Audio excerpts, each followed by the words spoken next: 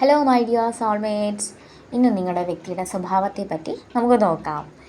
ഇതിൽ ഒരു general reading ആണ്. നിങ്ങൾക്ക് ആവശ്യമുള്ളത് എടുക്കുക, അല്ലാത്തത് വിട്ടുകളയുക. ഓക്കെ, നമുക്ക് സ്റ്റാർട്ടിങ് ചെയ്യാം. ഇതിൽ നിങ്ങളുടെ ഒരു വ്യക്തിയെ പറ്റി പറയുകയാണെങ്കിൽ, ഈ വ്യക്തി സാമ്പത്തിക ഭദ്രതയുള്ള ഒരാളായിട്ടാണ് നമുക്കിവിടെ കാണാൻ സാധിക്കുന്നത്. ഒരു അഭിമാനിയായുള്ള ആളാണ്, സ്വയം അധ്വാനിക്കുന്ന ഒരു വ്യക്തിയാണ്. മറ്റൊരു സ്വഭാവം എന്ന് വെച്ച് കഴിഞ്ഞാൽ പറയുവാണെങ്കിൽ, ഇപ്പോൾ എന്തെങ്കിലും ഒരു ലക്ഷ്യം വെച്ചിട്ടുണ്ട്, ഇപ്പോൾ ഒരു വീട് മേടിക്കണം, ഇതൊക്കെ ചെയ്യണം എന്നുണ്ടെങ്കിൽ പുള്ളി ശരിക്കും അതിന് വേണ്ടി ഹാർഡ് വർക്ക് ചെയ്യും. ശരിക്കും ചത്ത് കിടന്ന് ഇങ്ങനെ ഹാർഡ് വർക്ക് ചെയ്യും എന്നുള്ളൊരു വ്യക്തിയാണ്. ലൈഫിലൊരു പ്രശ്നം വരുവാണെങ്കിൽ ചാടി ഇറങ്ങി അതിന് ആക്ഷൻ എടുക്കുന്ന ഒരു വ്യക്തിയല്ല. അതിനെപ്പറ്റിയുള്ള ഒരു വരും വരായികളെ പറ്റിയുള്ളൊക്കെ ആലോചിച്ചതിന് ശേഷം മാത്രമേ മറുപടി പറയുന്ന ഒരു വ്യക്തിയായിട്ട് നമുക്കിവിടെ കാണാൻ സാധിക്കും. ഈ ഒരു വ്യക്തിയെപ്പറ്റി പിന്നീട് നമുക്ക് കാണാൻ സാധിക്കുന്നത്, റിലേഷൻഷിപ്പിൽ ഇപ്പം എന്തെങ്കിലും ഒരു ബ്രേക്കപ്പ് ആയി കഴിഞ്ഞ് കഴിഞ്ഞാൽ പിന്നെ അത് തിരിച്ചു വരുമെന്നൊന്നും നിങ്ങൾ വിചാരിക്കേണ്ട. അത് വിട്ടിട്ട് പോകാനാണ് കൂടുതൽ. അതുപോലെ ബ്രേക്കപ്പ് ആവുകയാണെങ്കിൽ അത് വിട്ടിട്ട് പോകാനാണ് കൂടുതൽ സാധ്യത.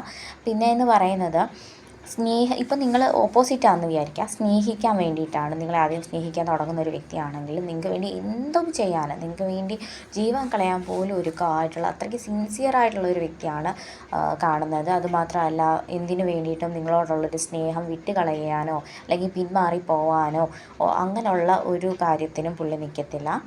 പിന്നീട് പറയുന്നതെന്ന് വെച്ച് കഴിഞ്ഞാൽ, എപ്പോഴും ജീവിതം ലൈഫ് കുറേയും കൂടി ബെറ്റർ ആക്കാനേ നോക്കത്തുള്ളൂ. ഒരിക്കലും അത് നശിപ്പിച്ച് കളയാനുള്ള ഒരു ടെൻഡൻസി ഒന്നുമില്ല. അതുമാത്രമല്ല, ദൈവാനുഗ്രഹമുള്ളൊരു വ്യക്തിയും കൂടിയാണ്. ലൈഫിൻ്റെ പല ഘട്ടത്തിലും ഇവർക്ക് പല പല മാറ്റങ്ങൾ സംഭവിക്കുന്ന ആയിട്ട് നമുക്ക് കാണാൻ സാധിക്കും. ഇവർ കൂടുതലും ലൈഫിനെ എങ്ങനെ ബെറ്റർ ആക്കാമെന്നാണ് നോക്കുന്നത്. അല്ലാതെ എപ്പോഴും എന്നെക്കൊണ്ട് ഇതേ പറ്റത്തുള്ളൂ, അല്ലെങ്കിൽ ഞാൻ ഇത്രേ ചെയ്യത്തുള്ളൂ അങ്ങനെയല്ല പറയുന്നത്.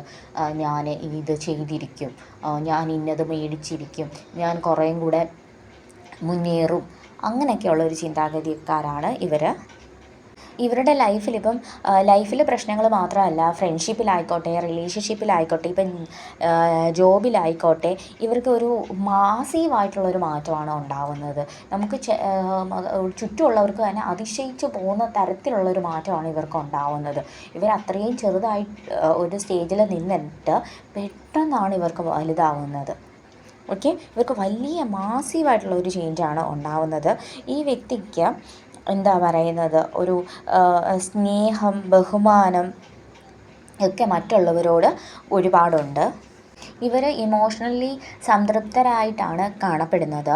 ഇവർ ഒന്നിനെ പറ്റി ഒരുപാട് ആലോചിച്ച് ഓവർ തിങ്ക് ചെയ്യത്തില്ല ഒന്നിനെപ്പറ്റി. ഇപ്പോൾ എനിക്ക് വലിയ ലോട്ടറി അടിച്ചു, ഫസ്റ്റ് പ്രൈസ് തന്നെയാണ് അടിച്ചത്, അപ്പോൾ അവർക്ക് ഒരുപാട് സന്തോഷമോ അല്ലെങ്കിൽ ആ പൈസ എങ്ങനെ അടിച്ച് തുലയ്ക്കാമെന്നല്ല, എങ്ങനെ സേവ് ചെയ്യാം, എങ്ങനെ ലൈഫ് കുറേ കൂടെ ഡെവലപ്ഡ് ആക്കാം, അങ്ങനെയൊക്കെയുള്ള വ്യക്തികളാണ് ഇവർ എന്ന് പറയുന്നത്. അതുപോലെ തന്നെ ഇവർക്ക് വിഷമവും ആണെങ്കിലും ഇങ്ങനെ തന്നെയാണ്, ഇമോഷൻസ് അങ്ങനെയാണ്. ഇവർക്ക് ഒരുപാട് കരയുക അങ്ങനെയൊന്നും ഇവരില്ല. ഇവർ കൂടുതലും കരയത്തൊന്നുമില്ല, അല്ലെങ്കിൽ ഇവർ ഭയങ്കര റൊമാൻറ്റിക് ആയിട്ടുള്ള പേഴ്സൺസ് ഒന്നുമല്ല. എപ്പോഴും ഇമോഷൻസ് കൺട്രോൾഡ് ആണ് ഇവർ.